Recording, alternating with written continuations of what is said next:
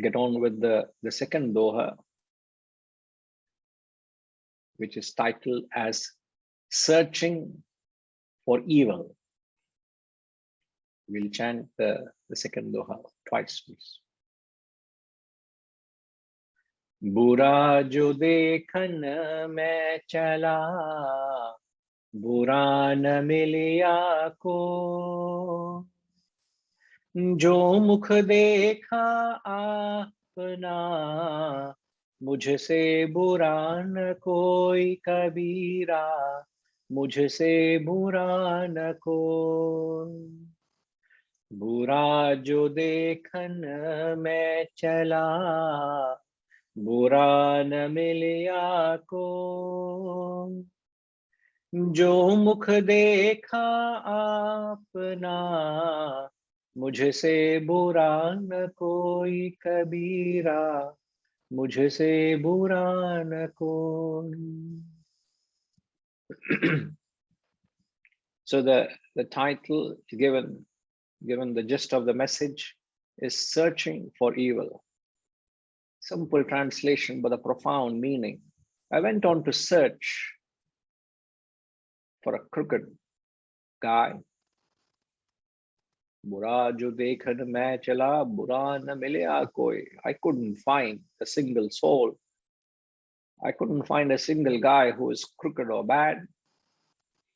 Jo mukh dekha apna, mujhse bura na koi. Upon searching my own mind, none was as crooked as me. Jo mukh dekha apna, mujhse bura na koi. Very rare indeed would one come to this conclusion that none is as crooked as me. Mujhse koi bura na koi.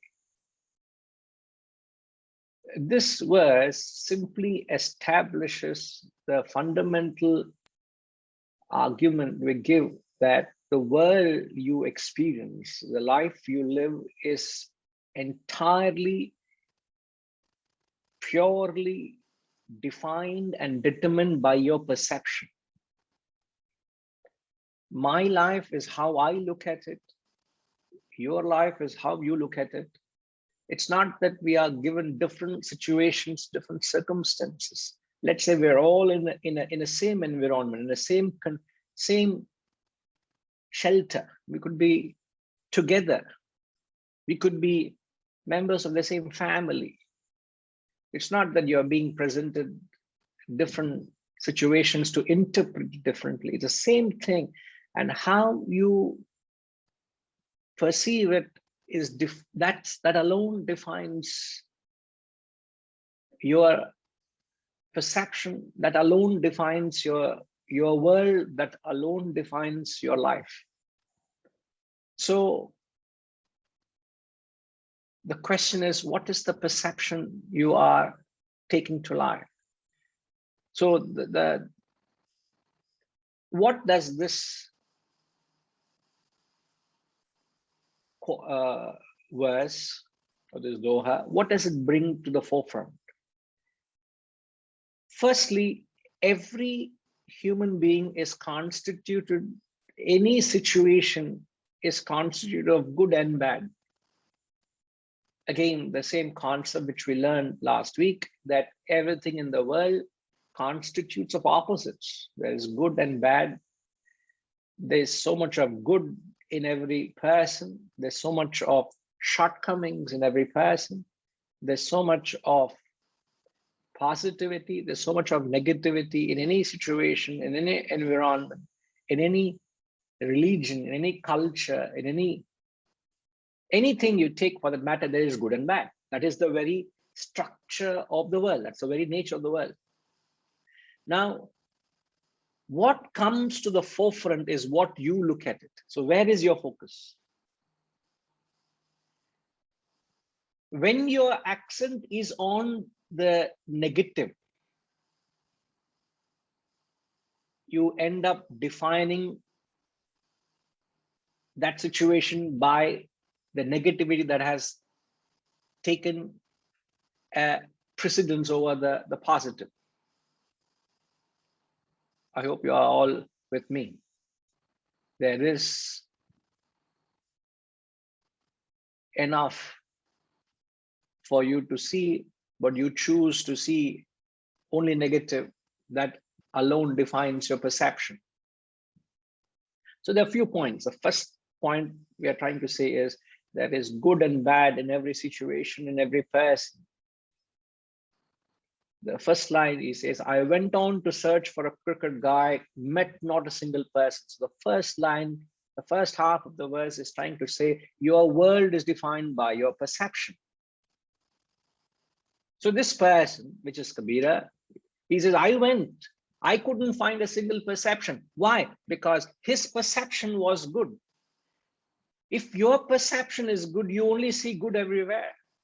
If your perception is negative, you will have a knack of finding faults. You'll have a knack of finding shortcomings. You will complain in the best of situations. You will find something wrong in the best of people. Because your outlook is negative. It's nothing to do with the person. So you can either divinize a person or you can demonize a person. So either you are putting a person, you're glorifying him, or you are making that person as a Rakshasa. It has nothing to do with what that person is. It's to do with what your outlook is. Now, there is a simple episode which is referred to in the Mahabharata.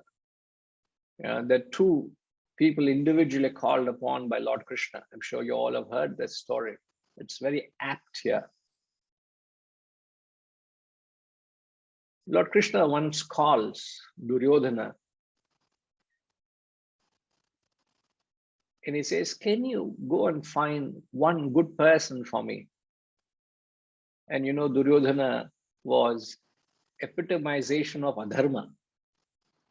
He would, so it was quite a big challenge for a fellow who was adharma king. So he said, whatever your adesha, I'll follow. So he went round. He was given a round the world ticket.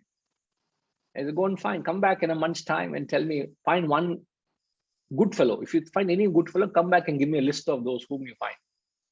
Independently, he called Yudhishthira, who was known as Dharmaraja. You go and find one bad fellow for me, one crooked guy, and let me know. And both of them obeyed the orders and they went independently. And by appointment, both of them returned. And first, Duryodhana said, I couldn't find a single straightforward fellow. Every fellow I see is crooked. Every fellow I see is some kind of, he's up to some mischief or some malpractice or some negativity. I don't see any fellow who is perfect, Krishna. And by the way, please note, he is talking to the Lord himself. He's talking to Lord Narayana himself, God incarnated. There's Lord Krishna in front of him. He says, I couldn't find a single fellow. And Krishna is appealing to him, not even a single fellow. No, Krishna, not a single fellow. So he is outright dismissing the Lord who's standing in front of him. Okay. And Krishna was little objective. So he didn't get emotional at that. So he said, okay, you are dismissed. Now next comes Yudhishthira. And not difficult to guess, Yudhishthira said, I couldn't find a single crooked guy. And yet, Yudhishthira and company, his 5 brothers and his wife, were subjected to exile thanks to the manipulative, crooked acts of his own cousin Duryodhana. So he didn't have to go around the world to find one crooked guy. He could have said, there's right next to me my cousin Krishna. What are you telling?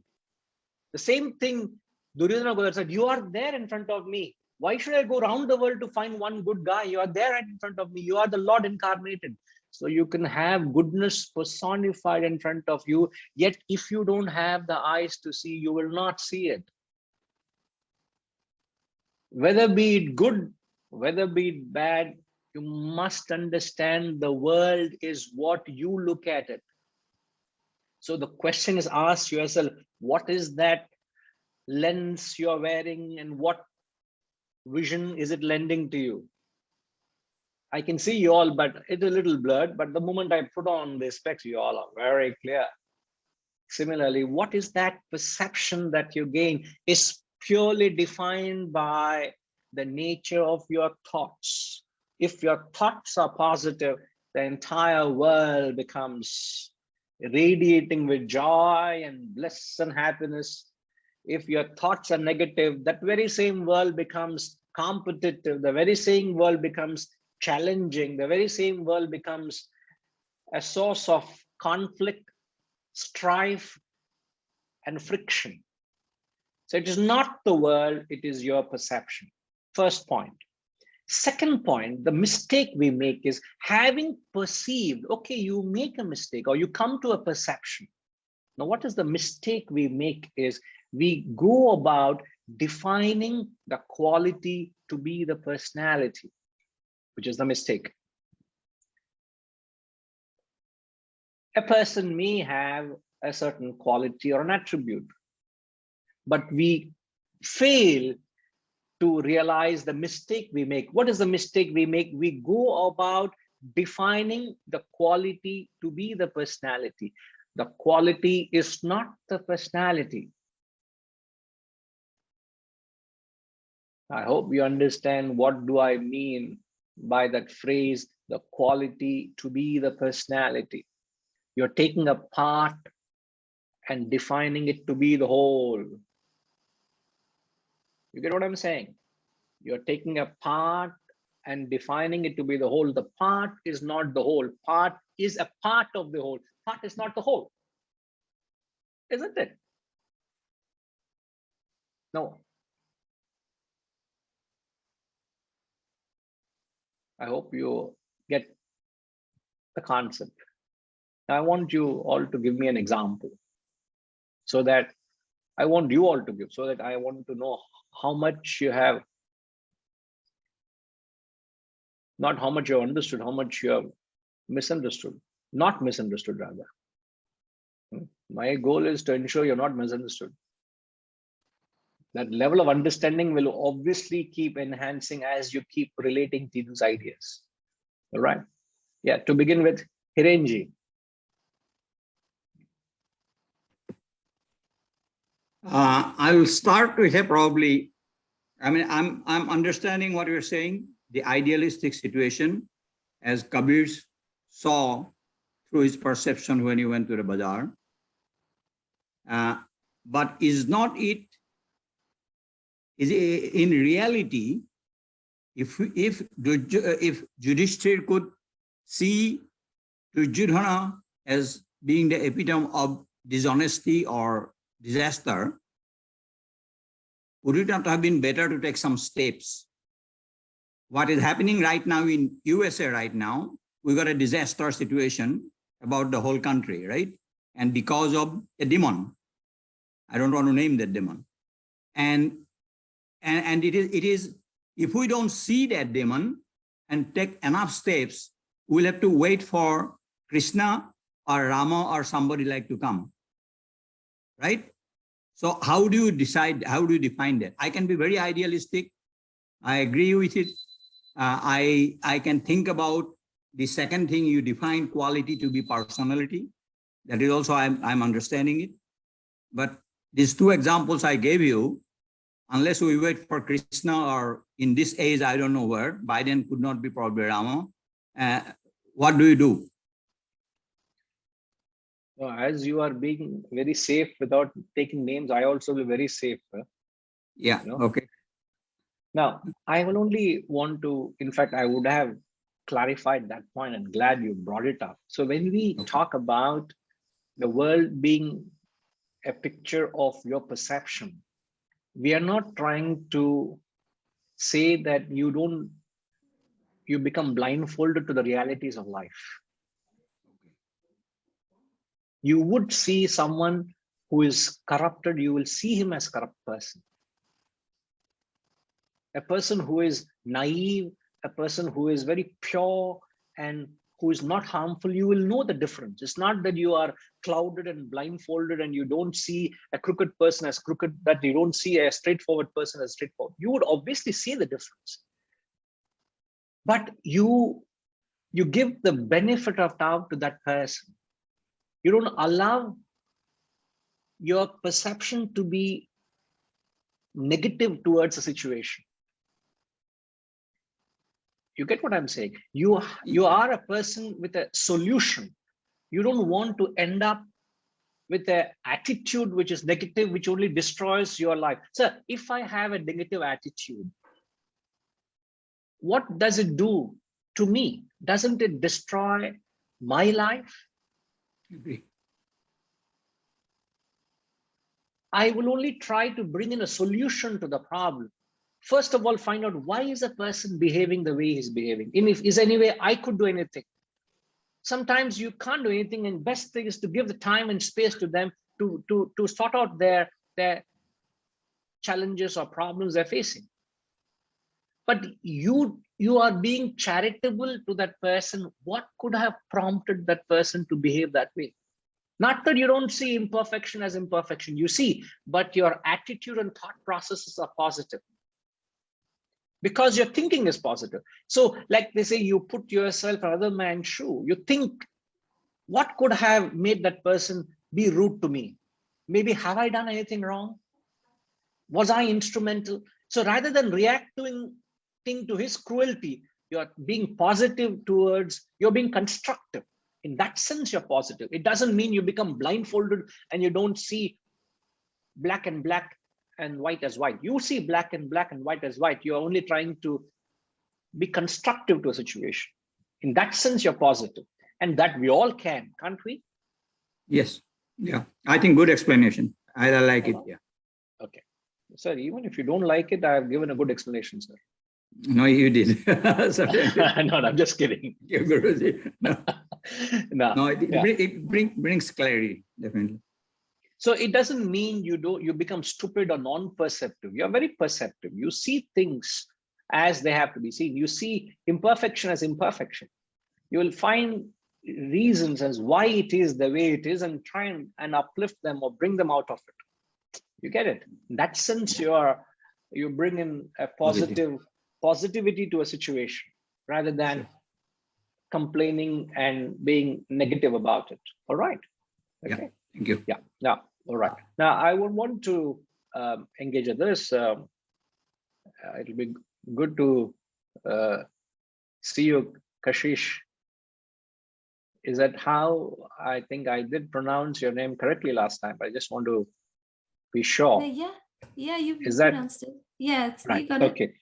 Okay. Now I wanted to ask you. I made a statement that the mistake we make, the third point I've made, is that having read a particular quality of a person, we end up defining the person to be the quality, which means we make the part to be the whole.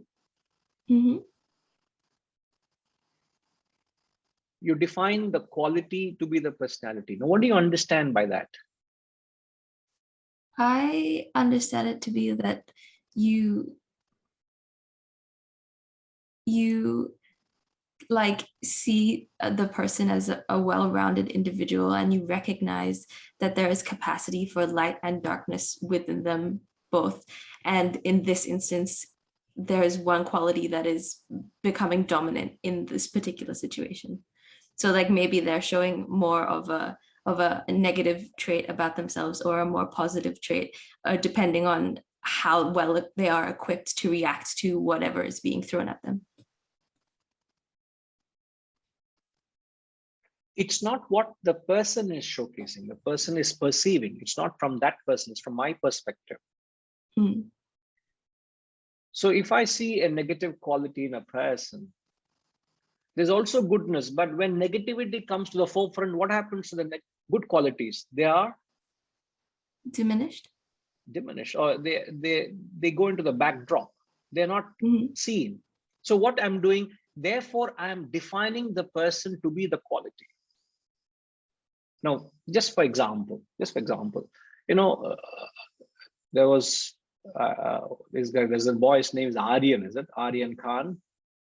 I'm sure you've heard in the media, this boy, Shah Rukh Khan's son, you know, he was got hold by the police, and he was put in jail for in certain act. I don't want to get into the nitty-gritties or the nuances of what went behind that, but he was caught. Now, certain people had a certain perception. They branded this person as bad, and certain people were celebrating that he has got a bail and he is and he has got back his freedom. Now, when I may have not known the existence of this Khan, Aryan Khan, but the moment I come to know that this person did certain things and he is behind bars, I have created an image of that person in my mind. Am I right, Kashish? Yeah. Now, what I would end up doing is I would define the quality to be Aryan Khan. Now, he may or may not has done a mistake. I'm not coming to judgment here. But yet, in my personality, I'm saying Aryan Khan as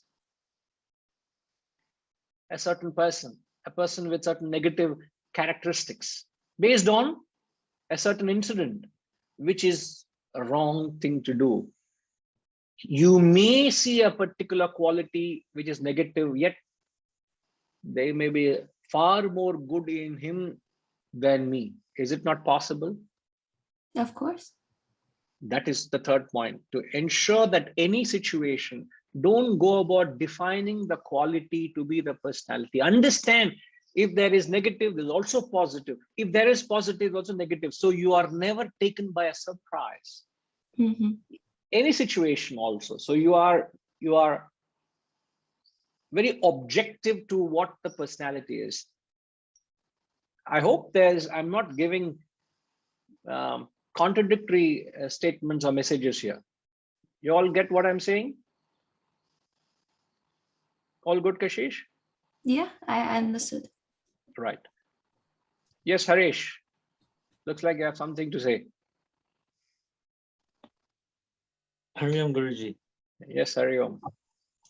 Guruji, from what I also understand is the quality is not the personality, is when we see so many world leaders or sports celebrities that are mired in some scandals, personal scandals, but they are very good with their sportsmanship, or they're very good world leaders in governing policies for the people, but their personal lives have a scandal. We shouldn't judge them by their personal lives and their scandal, but more of what they're doing in terms of the quality of their sports or their leadership. That's what I understand from your statement, Guruji. The quality is not the personality. Would that be correct? Or not correct? No, then aren't you defining the person by their political abilities rather than defining them by their personal abilities or their personal life? You're not defining a person by any of them. You want to take the totality of it. You've got to take the totality of it. You know, if I consider someone as my role model, am I taking everything of the person? Only certain aspects. The problem is we take certain aspects. You know, so however, it is important to know that there's nobody who is a perfect individual out there. As until you reach that, until you've embarked on the spiritual path and attained perfection, there is an evident imperfection in different aspects of one's personality. I can be a very good corporate leader, or I could be a very bad example as a leader for my own family. I could be a very bad father. I could be a very good guru. Is it not possible? I could be a very bad father, but a very good guru, or a very bad guru and a very good husband. It's possible. But I can become a perfect, once I become a perfect individual, then it reflects in various roles. You know? But however, I get what you're saying. However, it's also important that any situation, try to take the good out of that situation. Any situation, whether be it a challenging situation where negativity is pronounced, can you take some good out of it? That's the point, again, making the first point is, what is your attitude to life, a perception to life? Am I trying to see the good everywhere? Just like a honeybee is interested in gathering honey. How does it matter whether the flowers are from the presidential palace or the flowers are from the gutters? Does a honeybee have a choice, or does it matter to the bee? It doesn't matter whether it's the presidential palace or is it the gutters. It will go into the bowels of the flower, draw the honey and move on, isn't it? So must we be interested in the goodness. So don't be clouded by the qualities. So if you extend that statement, innately, the common factor in every situation, every person, what's the common factor in every person? If I can ask, good to have Mahendraji, good you're joining us. If I can ask you this fundamental question, I'm sure you're well versed. The only common thing in all situations is yourself. Absolutely. In every situation, in every person, the common factor is the Godhood, the truth. Yeah. Apart from how I perceive, you could perceive me as a crooked guy, you may perceive me as a noble guy. It does, irrespective of how you perceive me, sir. The common factor is I am that self, and irrespective of how I perceive you, aren't you the self? Mm-hmm. So therefore, a message innately, we could go beyond. The fourth point is, don't get caught up in the qualities. Try to see the Atman in the person. Because when we're talking of perception, if there is godliness kindled in me, I will only see godness in you, isn't it? Mm-hmm. If I have goodness in me, I see goodness in you. If I have negativity in me, I see negativity in you. If I have kindled the godliness in me, I'll only see godliness in you, isn't it? Yeah. The question is whether have I risen to that level to have kindled the godness within me, not just goodness, the very truth within me. So therefore, a person who's realized what is his perception, sir, a realized person, what does he see? So Kabirji has the goodness which is reflecting on the rest of the world. Yes. But the second half, he says that there is no one as bad as me. So is that not contradictory? How do you say contradictory?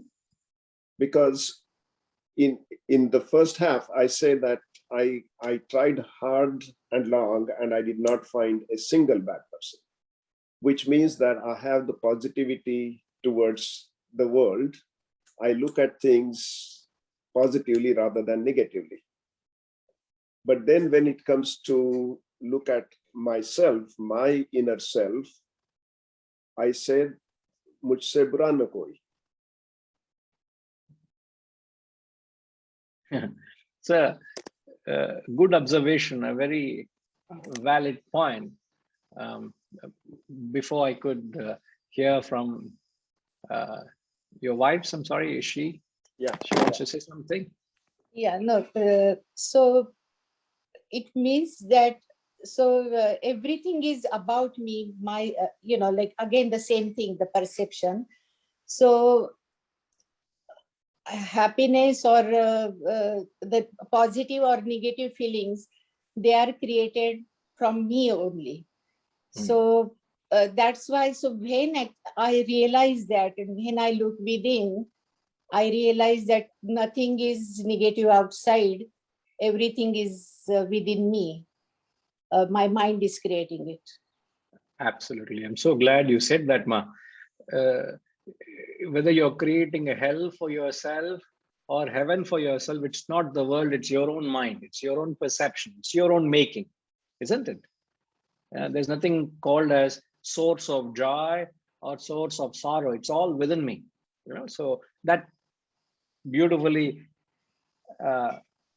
seals the concept what we have established. But what Mahendraji is asking is, perhaps isn't there a contradiction to the second half of the statement? The second half of the statement says, upon searching, none was as crooked as me. So what the first half of that statement and the second half, in fact, the two qualities is what the verse is trying to convey. And there's so much out there. If you keep squeezing, there's something always that comes out of it. So the first point you got to understand is you are maintaining satsang. When you're trying to see goodness in others, you're practicing what is known as satsang. Sat is good, sang is the company. You're seeing the goodness everywhere so that it creates an environment for your growth. The second half of satsang. So I said there are 2 points.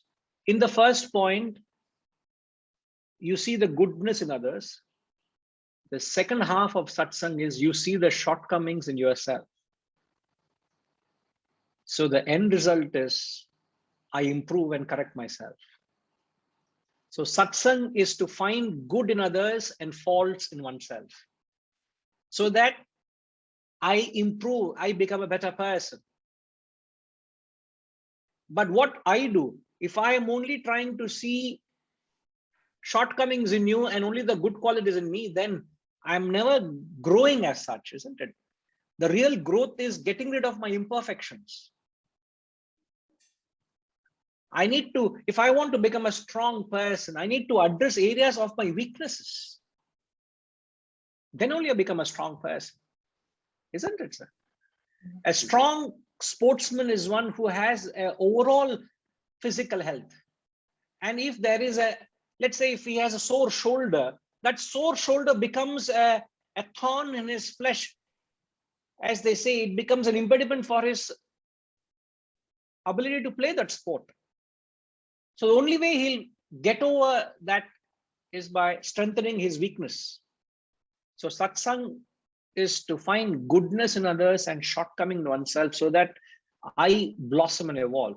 And the second point is, the second half of the verse is trying to highlight the quality of introversion.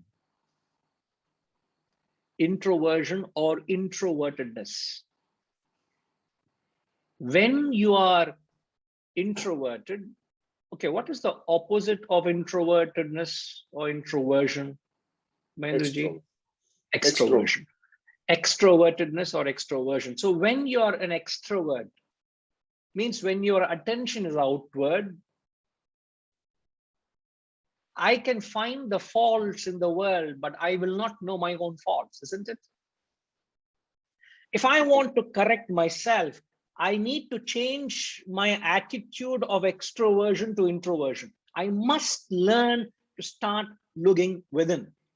It's not about me trying to change or correct the world, but the question is, can I identify my own inherent shortcomings or imperfections? So the second half of the line is trying to tell us that, my dear friends, put on a hat of introversion. The need of the hour is to go within and find out your own faults. And if you do that, you will realize there's so much that needs to be corrected within. Why am I wasting my time with others' faults?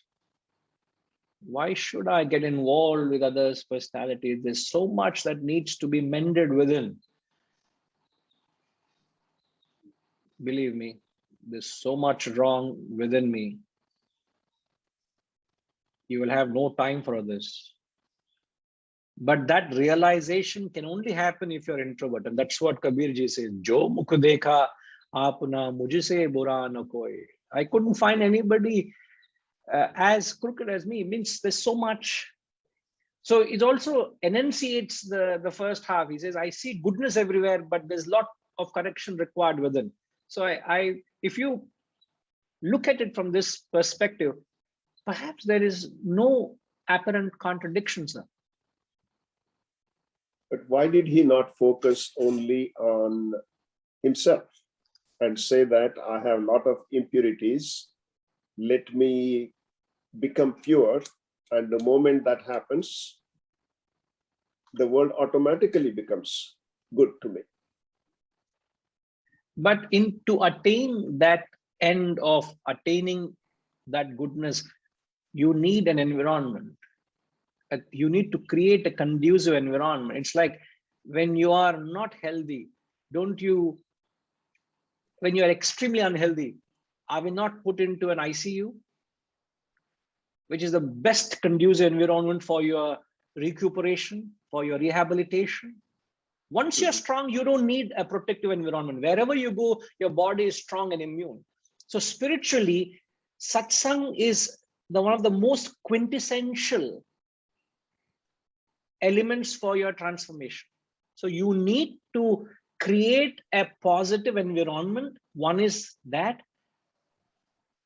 Other thing is you need to create a positivity in every environment so that it becomes the ground for your transformation. So I can't be in a negative environment and expect me to transform and rectify myself, because there are certain situations only bring the worst out of me. There are some people who bring the worst out of you. I must keep away from that situation. I must keep away from those people, because that is dussang. So you either start by choosing the right environment or create the right attitude so that the environment is created so that you can rectify the imperfections or shortcomings within. So if you take that argument or that approach, it justifies, it falls in its place, because the negative environment only brings the negativity out of me. Satsang brings the best out of me, and also an opportunity to look at my shortcomings and work at myself. So in fact, even in the other day, when we were celebrating Dashera, we mentioned about this, that the three goddesses that is worshipped, the first 3 days, we worship Goddess Durga, isn't it? And then we worship Goddess Lakshmi, and then we worship Goddess Saraswati. So why do we worship Goddess Durga first?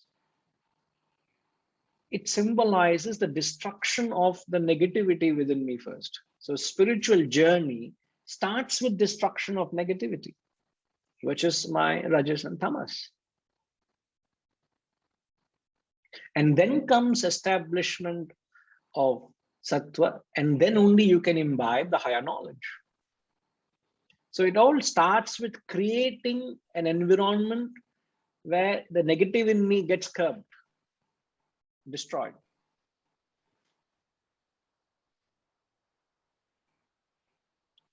I hope it's all, I'm saying the same things. I'm just trying to take different perspectives, but I'm very much in line with what you said. And I hope the point has clarified. There is no contradiction. All right, sir. Right. It's making more sense. Yeah. Thank you. Right. GBKG, I know you've been wanting to say a few wise words. Namaskar, Jai Gurudev, sir. Hari Om, Hari Om. Hari Om. Yes, sir. If you want to find faults with others, you will not find single soul on earth to love. You will not find Could you come again, sir? If you want to find if you want to find faults in others, you will not find a single soul on earth to love. To love. Yeah, okay. love. Okay, yeah. Love. Okay, right. Okay. So this is like, in your own family, your own children, if they have some faults, you always say, my son is because of Sanigraha or Ketu Graha.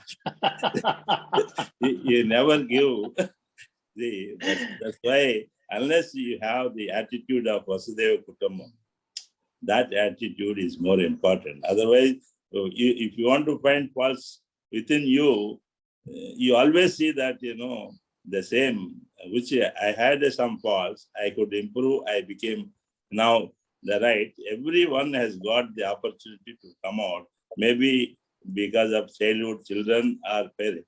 That is the effect on environment, like a lotus coming from the mud, which is totally that stage. That's why we compare the purity is important. That is, even though environment is bad, that stage, it is difficult to, but it's not impossible. The people, they first start with the satsang, then once you become, then wherever you are, it will not be changed, your attitude, your thinking about others. So others, to find fault with others, unless you purify yourself, that, get within yourself, find what faults still, maybe kama, krodh, moha, lobh, and some of them which is jealousy, a type of, irsha, dvesha.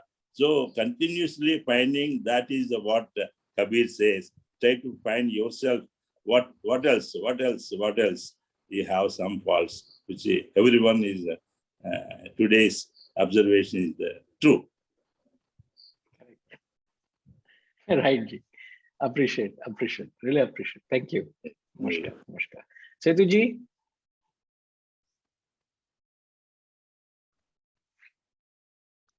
Hari Om Guruji. Yes, sir. Hari Om. Yeah. You wanted some example. The example I just want to give is Example of what, sir?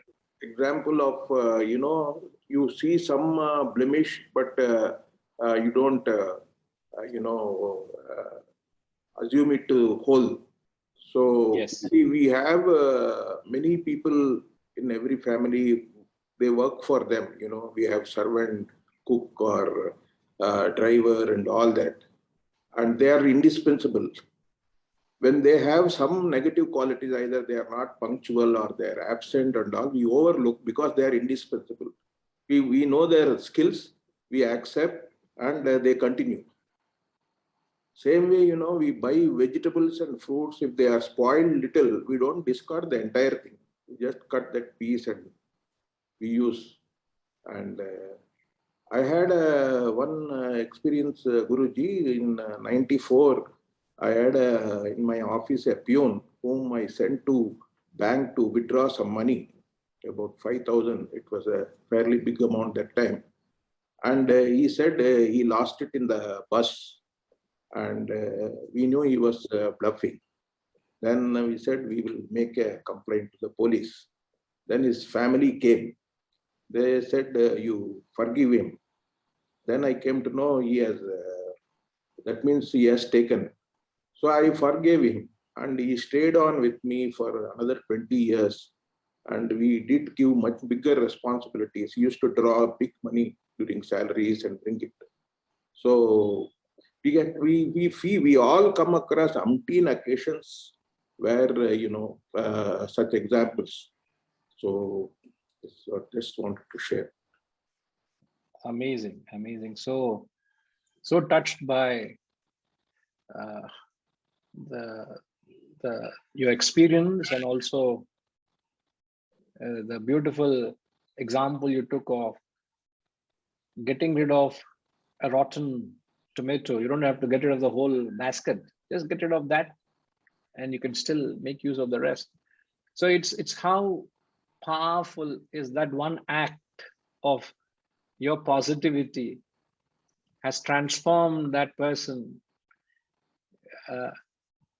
That person has bestowed back the faith you had shown on him, isn't it? And he has served you for 20 over years. Amazing. That act of goodness or forgiveness goes a long, long way. Example is Gandhiji. People keep quoting. A mother brings her child to the Gandhiji and says he eats a lot of sweets. Please advise him not to eat. And Gandhiji says, come after 10 days. So after 10 days, he goes and then he says, then he advises the boy, don't eat. Then she says, why you didn't tell him that day? He says, I myself love sweets. I eat a lot of sweets. I stopped it I just experienced, I experimented on me. Then only I have the right to preach others. This is Yeah, absolutely. Wonderful, wonderful. I know you can go on and there's so much to take away. Appreciate, sir. Yeah. Yes, Kashish. Yes, Guruji. Yes. I have a question about the introspection and introversion and working on oneself.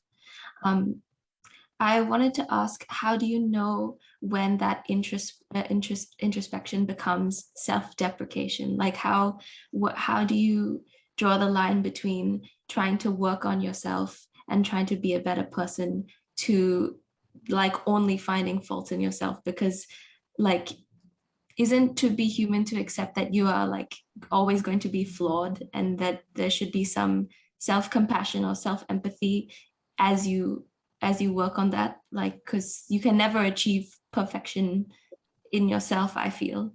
So how do you draw the line between, just working on yourself and before that mindset becomes negative towards yourself?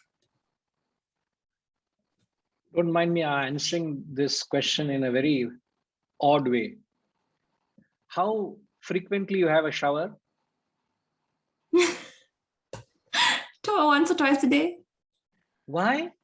You already had a shower. You can have next month, no?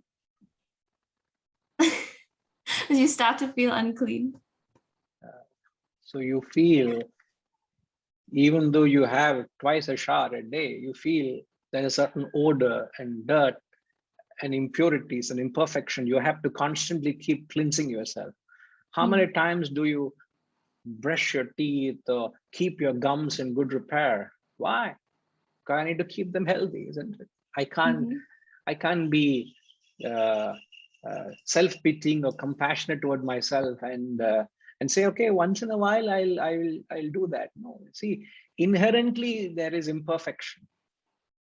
So there's nothing called as achieving perfection, because it's too far-fetched. But the satisfaction comes from the effort being put in to get rid of imperfection. I hope you get what I'm saying. There's nothing called as attaining perfection. The whole accent should be on trying to constantly strive to get rid of imperfection. And the more you correct, the more imperfections will come to the forefront. And that's a good sign, because that means to that extent you are perfect. If you think you have brushed your teeth and you have removed your, you feel a freshness, you have removed all the fine food particles that could have got stuck in the crevices of your teeth. Other day I was introduced to this water flossing. Have you ever done that, Kashish? No. You should try to get introduced. That's a very healthy way than flossing. Even if you do a normal floss, or if you do a water floss, the amount of dirt particles which you have missed after a very healthy brush is mind-boggling. And even after that, if you were to go to a dentist to sit for a cleaning, and he will clean and he'll remove much more dirt. Now, are you content with mere brushing or water flossing or a sitting at the dentist? There is still imperfection there, my dear. See, what I'm saying is inherently there is imperfection. So there is satisfaction in trying to get rid of imperfection. Okay. So don't, it's not that you have to give yourself a soft corner, but the fact that you're striving itself gives you far greater satisfaction and comfort, which you will not find in harboring any imperfection. Understood. You will not find comfort in harboring. You will find comfort in trying to get rid of your imperfection or negativity. So there's nothing called as a perfect state. That's my answer. That satisfaction is in striving to continue, get rid of imperfection. The more you strive, the more imperfection will come. Now, you know, there is this famous analogy of, do you see this? Kashish, are you there?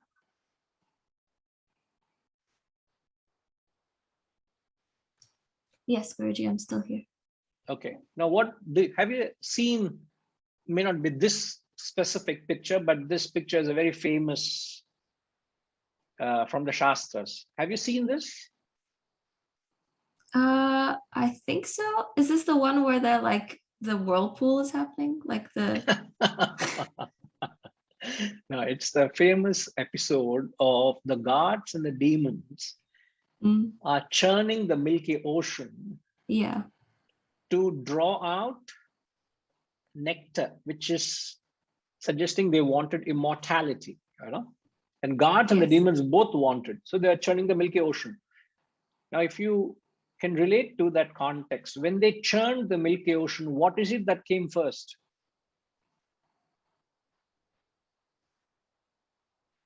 The impurities?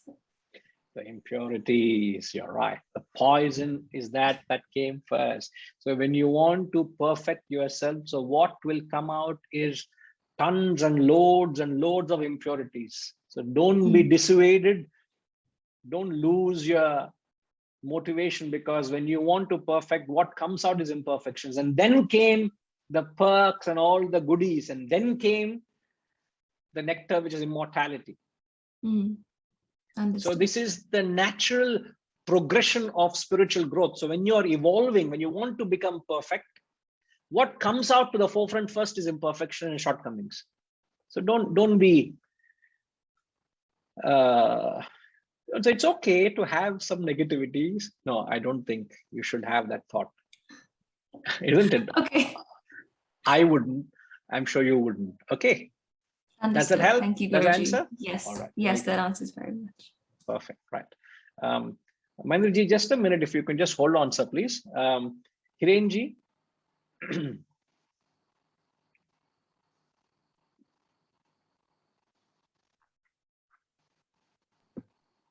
Guruji, I think you addressed what I was going to ask in this example. What I was going to tell Kashish is that we have imperfections. A lot of people from outside also will tell that you are this bad, that bad kind of a thing.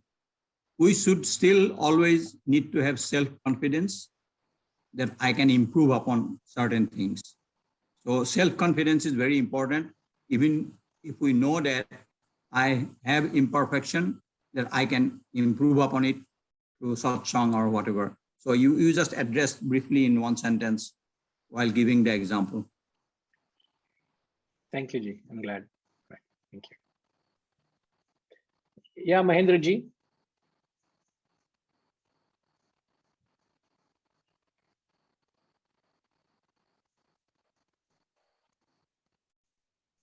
I agree with the idea of the need for self-improvement, but to Kashish's point that was made earlier, is it possible that you can be having obsessive compulsive behavior of improvement? For example, rather than just brushing my teeth, I decide to do the flossing, and then in addition to flossing, I do that water floss. And rather than doing it only twice a day, I can do it after every bite of food that I have throughout the day. And is it getting better every time? Yes, it is, but it is coming at some cost. And are we ignoring that cost? I suppose one's own intellect would tell you anything in life, if it doesn't have the sense of proportion, it becomes not only detrimental, it also becomes poisonous. So I'm trying to highlight the concept of a sense of value vis-a-vis sense of proportion. I can have the right medicine for the right disease, but the same medicine, if it is not of the right dosage, the very medicine can kill me, isn't it?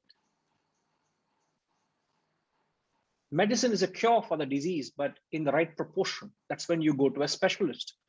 You go to a doctor, an authorized person who can prescribe, understanding your requirement. He would say, okay, you are being put on strong antibiotics, but you must take one in the morning and one at night only for 5 days. And ensure you take for 5 days. Don't stop on the third or the fourth day. Take for 5 days and come back to me. This is proportion, sir. The medicine I and you also know, but a doctor knows how it works well and how it fits into your personality and how it helps you rehab. So any value which is not proportion becomes poisonous. And that's what the benefit of this knowledge is. Not only it gives you the values, it gives you the capacity to apply these tools in your life as well. One is to have the tool. The tool is the value. It also gives you the capacity to how to use the tool. So I can have a beautiful drilling set that has got all the accessories, but I don't know how to use the drilling machine. What's the use? I have the tools. I don't have the know-how. So what's the use of the values without knowing how to apply, when to apply these values? So in answer to your question, the knowledge, when it's embraced wholesomely, rightfully so, it gives us the values and also the capacity and the ability to apply it in the right context, not too much or too little, right to the requirement so that it serves me aptly so. Otherwise, it becomes a compulsive disorder. It becomes detrimental. That's why I said medicine becomes poisonous if you don't proportion it well. And that, in short, in one word, it's called usage of one's intellect. Intellect is not in the value, intellect is in the application of the values. If I may further draw the difference, Kashish, you will perhaps, the youngest as you are amongst us all, you will appreciate to examine the difference. There is a difference between intelligence and intellect. Having a value is intelligence. Application of a value is intellect. I have read certain books, I've been exposed to certain cultures, so I've appreciated a certain value. That's intelligence. But when do I apply it? How do I apply it? When not to apply it? How much to apply it? That you need an intellect. I want you all to please ponder over it, and we can come back again to revisit it once you have given a thought to it. Having a value is intelligence, but when, what, how to, and how not to is intellect. Intelligence I can give you, but intellect I can't give you. Intellect is created through your own process of study and reflection, through self-introspection, through your own spiritual exercise and study. You develop the intellect. I can give you the values. I can't give you the intellect. No guru can give you. But the environment gives you a platform to do that, certainly so. So the world out there only gives you values. It doesn't give you the ability to live it. So I rightly said, it should not become a compulsive disorder. That's where the proportioning comes in, sir. Right? Yes, Sriniji. Hari Om, Guruji. Yes, sir. Hari Om. I had a question. You made a comment saying people harboring these faults and impurities do not have the enjoyment of it. So let me give you a thought and a perspective. Sorry, could I try and understand that statement, because you're referring to something I said? Could you come again on that, please? Yeah, this is the context when Kashish was asking, when you were talking about the Amrit coming out. I think Yeah. there was I thought I heard you state, and maybe I'm wrong. I thought I heard you state saying, people who harbor impurities do not ever seek the joy, but when you release, when you remove the impurities is when you get the joy, so to speak. Or put another way, is that correct? Somewhere in that context is what you were trying to be. Yes, yes, I get it now. Yes, please. Yeah.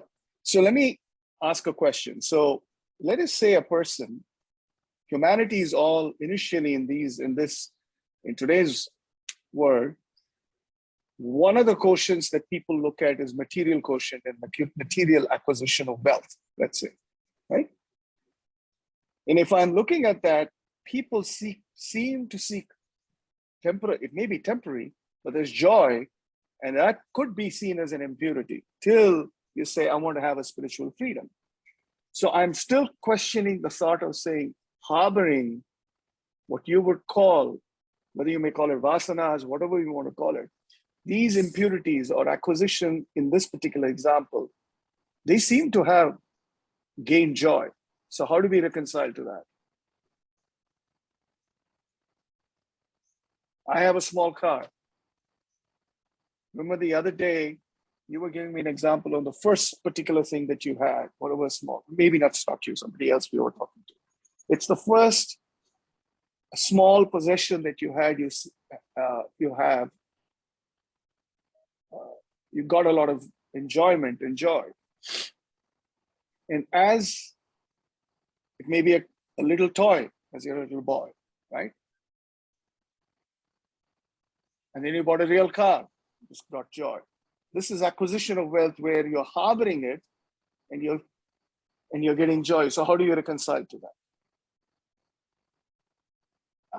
I will actually request you to re-clarify your question. I get the context you referred to when I spoke to Kashish, but then I'm actually lost. Could you be very succinct in what you're asking?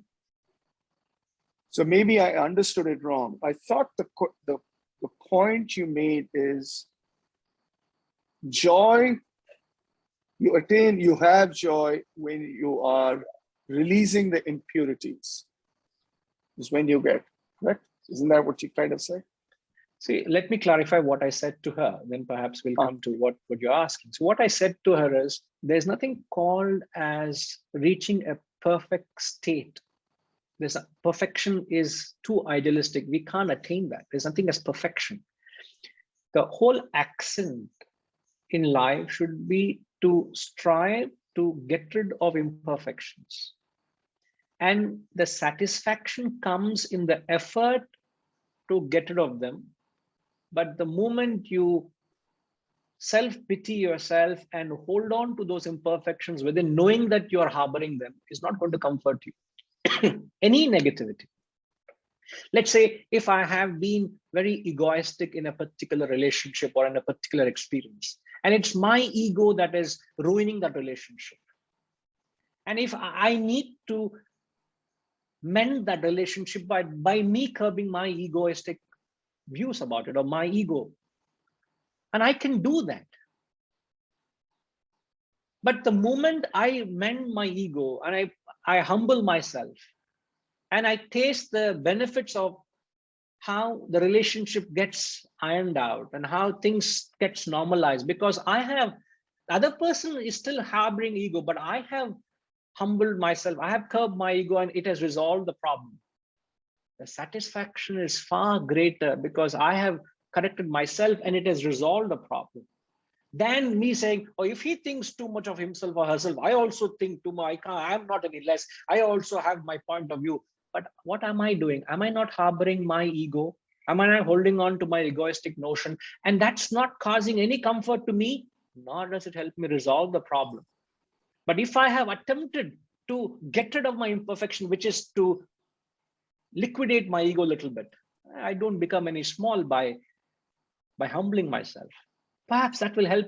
So that kind of effort to get rid of your imperfections gives you great satisfaction than holding on to imperfection, knowing that it's imperfection. If you do not know, nobody can say about it. Knowing that I'm wrong and you continue to be wrong, not wanting to correct yourself is not going to give you any comfort. Sir, ignorance is bliss. Knowing and not doing is not going to comfort you. Please understand that.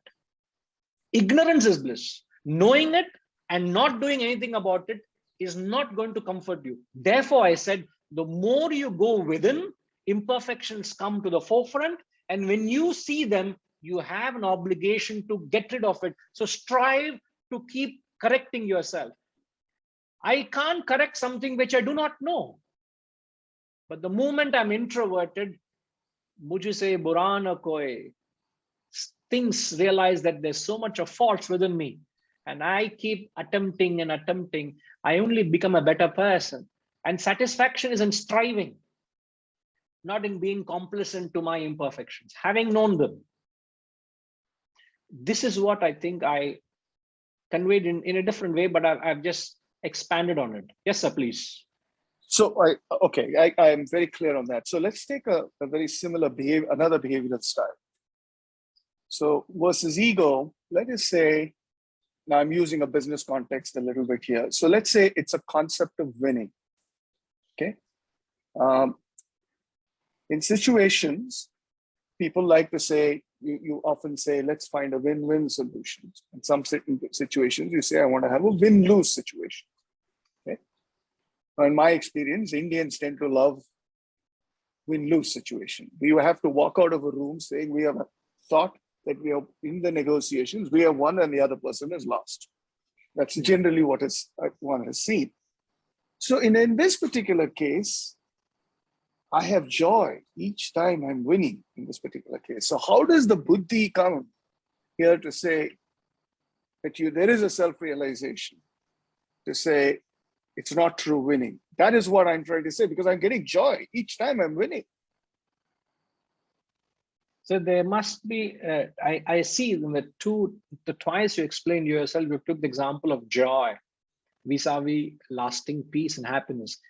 We're not talking about, there's a difference between experiencing a certain joy or ecstasy or some excitement, vis-a-vis finding yourself peaceful and happy and contented. Those who go through that state of elation or joy or ecstasy not necessarily are peaceful and happy and contented within. They're two different things.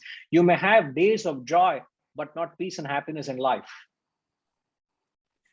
With experience, with the knocks and shocks of life, what knocks and shocks does is what this person is telling, what Kabir ji is telling us, is to look within. Either you learn through these great textbooks and these sorts of wisdom to learn within, to look within and correct yourself, or the world will teach you this same lesson, which is knocks and shocks. And when you go through knocks and shocks, that is when you would realize, where am I going wrong? What is happening? Why is it happening to me? At some day you got to wake up. But if you don't wake up, you will be annihilated by your own actions. So you're not punished for the action. You're punished by your own actions. Remember this. There's nobody punishing you for your actions. Your own action punishes you. So either you learn through your own experience or you learn through from texts. That is not self-glorification that matters, but self-perfection. So trying to perfect yourself. I got it. You know. Okay. Very good. Right. Perfect. So you all will realize that such a seemingly innocuous statement that's made by Sant Kabir, which we have heard this, in fact, there's one of the very famous quotes of Sant Kabir. Bura jo dekhan main chala, bura na milya koi. Jo mukh dekha apna, mujh se bura na koi. It's so profound, telling you, it's so profound. There's a little more which I would like to actually squeeze out from it. It's like, you go to a roadside stall where they have this sugarcane juice, especially in the months of summer, you have the sugarcane juice and that guy puts the sugar canes through that two wheels, and that squeezes, and you'll realize that he keeps squeezing and squeezing and squeezing, and yet something he will wait until there's nothing else there in that to come out. So he keeps squeezing. So I want to squeeze it like that. So there's something more, that juicy truths to come out, So I would leave you all with a question to ponder. We'll come back with that question, and then we'll try to expand a little further. The question is, it is easier to recognize the faults of others. I repeat, it is easier to recognize the faults of others, but you fail to recognize one's own. Why? It is easier to recognize faults of others, but you fail to recognize one's own. The question is why?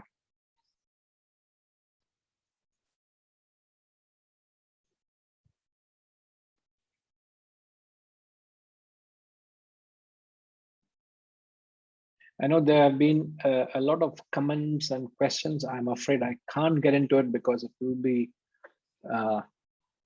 time consuming. I'll appreciate if you all could come back with your thoughts, because we will revisit this. But it's something very practical, very, very helpful. So I would have to leave it at this. I think, yeah, Hirenji wants to say something. Yes, please. Something has been bothering me with intellect. And you said one of the statement, you develop the intellect. Mm-hmm. And we discussed quite a lot about it, that yes, intellect is kind of a fixed by the birth. Yeah. And now today also you mentioned about difference between intelligence and intellect, which is very nice actually. Can you spend maybe 5-10 minutes one of the days, whenever it is, that intellect is fixed at the birth? There are a lot of philosophy or books or undertakes, I don't know how good or how bad they are. They say it can be developed. And you also made a statement that you develop the intellect. I'm not sure what context exactly you're saying. So I'm a little confused with that.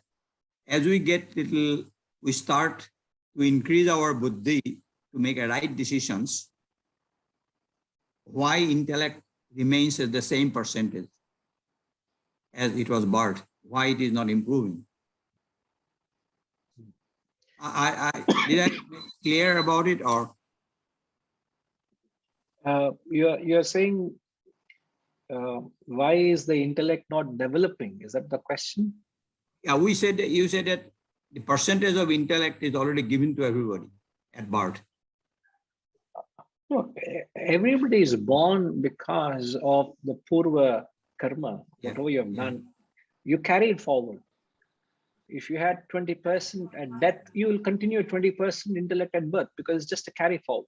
And that's a completely different concept. I will not get into it. However, every human is born with a certain percentage of intellect, which he is carried forward. Again, I'm saying that. But thereafter, like all of us are born with muscle. Question is how strong or weak you are depends on how well you have exercised and strengthened it. That's about all. But sadly, the human intellect is not being developed. Now, I brought it in the context when I clarified to Mahendraji that there is something called as sense of proportion and sense of value. Sense of value is information, which is intelligence. But sense of proportion, how to apply, how much to apply, when to apply, highlights the element of the intellect, which is within you. You got to develop it through your own study and reflection, through your own effort, self-effort, which a guru can't. Nobody can do it for you, but you will have to do it through your own study and effort. So that was the point I made. Perhaps when we come back next week, you please ponder on this, and we can perhaps also sure. have a brief mention on the difference I highlighted there. In fact, perhaps the second question all of you think is the difference between intelligence and intellect in the context of sense of value vis-a-vis sense of proportion. Repeat, please differentiate between intelligence and intellect in the context of sense of values vis-a-vis the sense of proportion. So we'll take up these two questions, and we'll still be in the context of the second Doha, and we will take it forward. Okay, thank you. Right. Om